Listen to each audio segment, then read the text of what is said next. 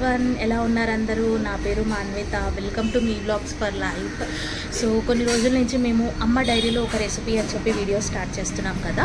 So ఆ డైరీలో నుంచి ఈరోజు కొబ్బరి పాలతోటి పులావ్ ఎలా చేయాలో మీకు చూపిస్తాము. అలాగే దాంతోపాటు చికెన్ కుర్మా కూడా ఉంటే బాగుంటుంది కదా, అందుకనేసి ఈ 2 డిషెస్ని మేము 2 వీడియోస్గా రిలీజ్ చేస్తున్నాము. ఈ ఛానల్కి కనుక కొత్తగా చూస్తుంటే ప్లీజ్ సబ్స్క్రైబ్ చేసుకోండి, మీ ఫ్యామిలీ మెంబర్స్కి కూడా షేర్ చేయండి. అలాగే మేము చెప్పిన రెసిపీస్ మీరు ట్రై చేసి కామెంట్ బాక్స్లో ఎలా వచ్చినాయో కామెంట్ బాక్స్లో ప్లీజ్ కామెంట్ చేయండి. ఓకేనా? రెసిపీస్ ఎలా చేయాలో చూద్దాం. కొబ్బరి పాలతోటి పులావ్ చేయడానికి కావాల్సినవి ఏంటి అంటే 2 కొబ్బరికాయల నుంచి తీసిన పాలు, 2.5 గ్లాసుల బియ్యం, అలాగే కట్ చేసుకున్న ఉల్లిపాయలు, కరివేపాకు, కొత్తిమీర, పుదీనా, మిరపకాయలు, అలాగే మసాలా దినుసులు సాజీరా, ఇలాచి, బిర్యానీ ఆకు, లవంగాలు, చెక్క. అంతే. ఇప్పుడు ప్రాసెస్లోకి వెళ్దాం. ముందుగా స్టవ్ ఆన్ చేసుకోవాలి. ఆన్ చేసుకొని గిన్నె పెట్టుకోవాలి. గిన్నె పెట్టుకొని అందులో 1 గంటె నెయ్యి, దాంతోపాటు నూనె. పులావ్లోకి నెయ్యి వేస్తేనే బాగుంటుంది. ఇందాక కుర్మలోకి ఉల్లిపాయలు వేపాం కదా, ఆ నూనె దీంట్లో కూడా వేస్తున్నాము. టేస్ట్ బాగుంటుంది.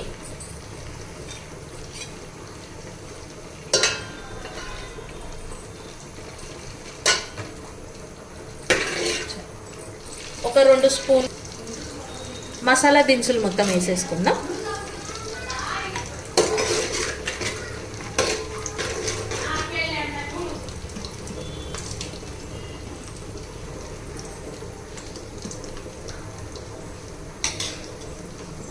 మసాలా దినుసులు ఫ్రై అయిన తర్వాత కరివేపాకు,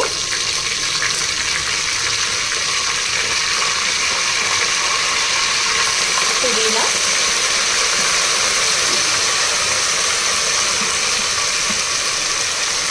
మిరపకాయలు వేసుకొని వేపుకోవాలి. ఇవి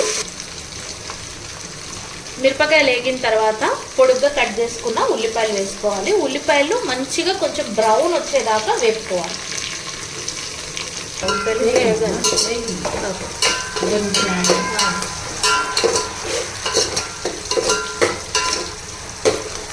వేగినాయి.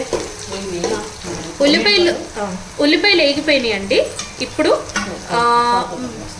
ఇప్పుడు మేము డబ్బాకి బియ్యము ఎంతైతే గ్లాస్ తీసుకుంటామో ఆ గ్లాస్తో గ్లాసున్నర పాలు, కొబ్బరి పాలు తీసుకోవాలన్నమాట. గ్లాసుకి గ్లాసున్నర కొబ్బరి పాలైనా సరే, వాటర్ అయినా సరే, మీకు అన్నం పొడి పొడిగా రావాలి అనేసి అంటే గ్లాస్కి గ్లాసున్నర నీళ్లు పోసుకోవాలి. సో ఇప్పుడు మేము నీళ్లు బదులు కొబ్బరి పాలు పోస్తున్నాం కాబట్టి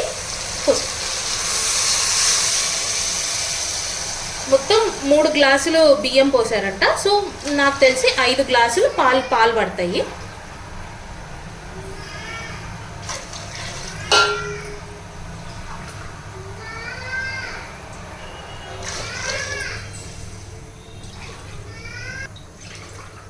ఎక్కువ అవుతాయేమో, సరిపోతుంది.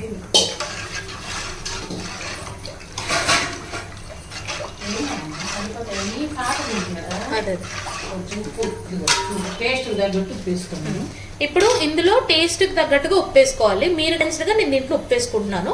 మీరు ఉప్పు ఎక్కువ తింటే ఎక్కువ వేసుకోవచ్చు, తక్కువ తింటే తక్కువ వేసుకోవచ్చు.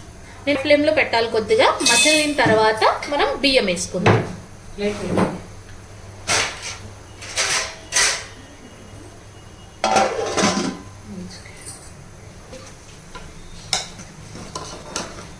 ఇప్పుడు కొబ్బరిపాలు మసులుతున్నాయి కదండి. సో ఇప్పుడు మనం వడకట్టుకొని ఆరపెట్టుకున్న బియ్యం, నీళ్ళు మొత్తం వార్చిపెట్టుకున్న బియ్యం మసిలిందా,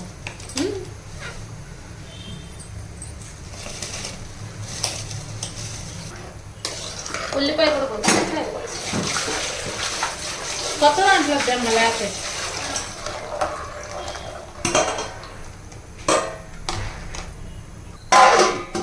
మూత పెట్టుకొని ఆ అన్నం మగ్గే వరకు ఇచ్చేసుకోవాలి.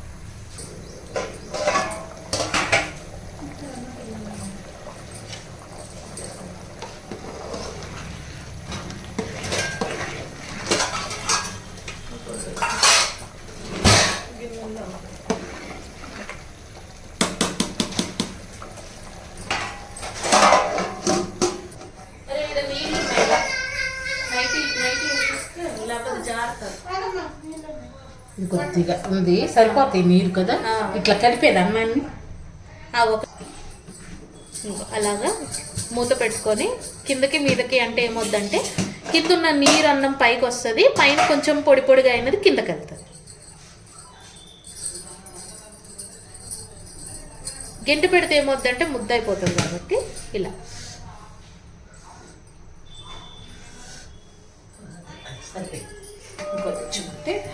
ఇప్పుడు అది మళ్ళీ ఒకసారి కాస్త స్టవ్ మీద పెట్టుకొని కొత్తిమీర అయిపోయింది.